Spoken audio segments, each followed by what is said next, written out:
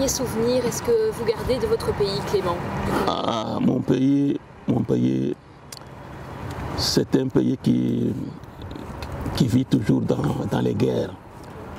Depuis que nous avons eu l'indépendance le 30 juin 1960, le Premier ministre n'a fait que quelques jours, il a été assassiné. Le président qui était resté aussi après quelques jours, il a été démis de ses fonctions. C'était la dictature qui a commencé en 1965. 32 ans de dictature. Vous ne pouvez pas dire quoi que ce soit sur le pouvoir. Rien du tout. Mais tout le monde, il y avait un seul parti là, le parti État. Tout le monde, même si vous êtes dans le ventre de votre maman, vous êtes du parti là. Même un enfant dans le ventre de sa maman, il est du parti. Donc, vous ne pouvez rien faire quoi que ce soit. Donc, pas moyen de réagir ou soit critiquer le gouvernement, tout ça. Non. Et vous, Karini, quel dernier souvenir, peut-être plus personnel, vous gardez du Burundi? Les souvenirs personnels, c'est la famille. La famille? Oui, la famille me manque beaucoup. Comme j'étais la plus jeune de la famille, je suis la 9e de 9 enfants. Alors, tu vois, j'ai une grande famille. Et beaucoup sont encore là-bas, alors? Oui, beaucoup. Alors, là, ils sont dans un pays qui n'est pas stable. Il est corrompu, il y a la corruption, il y a la guerre.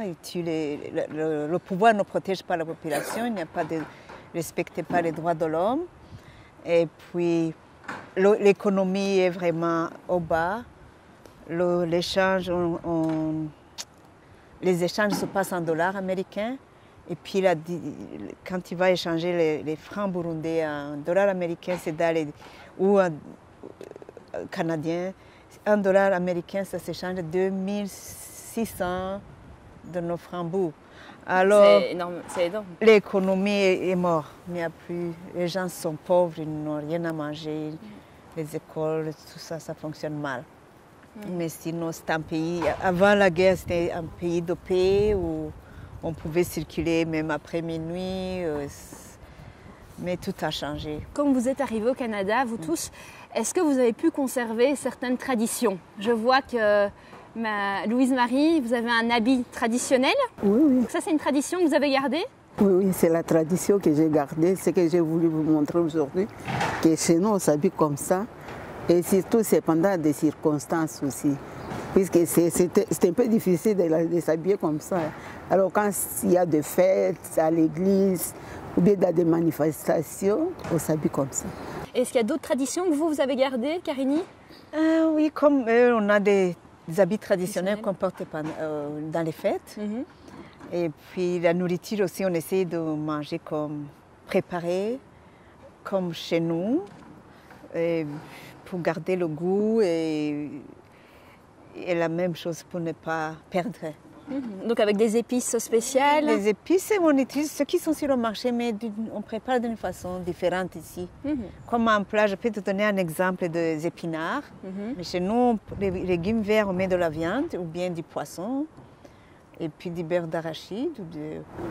Puis j'ajouterai un peu, même pour nous, on a gardé la salutation aussi. La salutation? Oui. Et comment est-ce qu'on se salue? Les enfants nous saluent, nous les grandes personnes de notre face, ils s'agenouillent pour nous saluer. Quand ils se lèvent le matin aussi, ils viennent nous saluer. Mais pas s'agenouiller, parfois c'est incliner. Ils s'inclinent comme ça. Ils s'inclinent devant les aînés. Signe de respect, tout ça. Oui.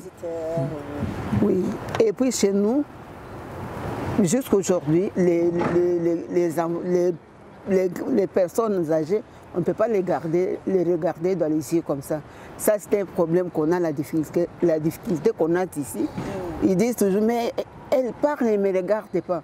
Mais chez nous, c'est notre coutume, on ne regarde pas dans les yeux. On nous a appris cela pour... Justement, on parle d'aînés. Alors, il y a quand même beaucoup de sages, on va dire ça comme ça, en Afrique, avec beaucoup de proverbes.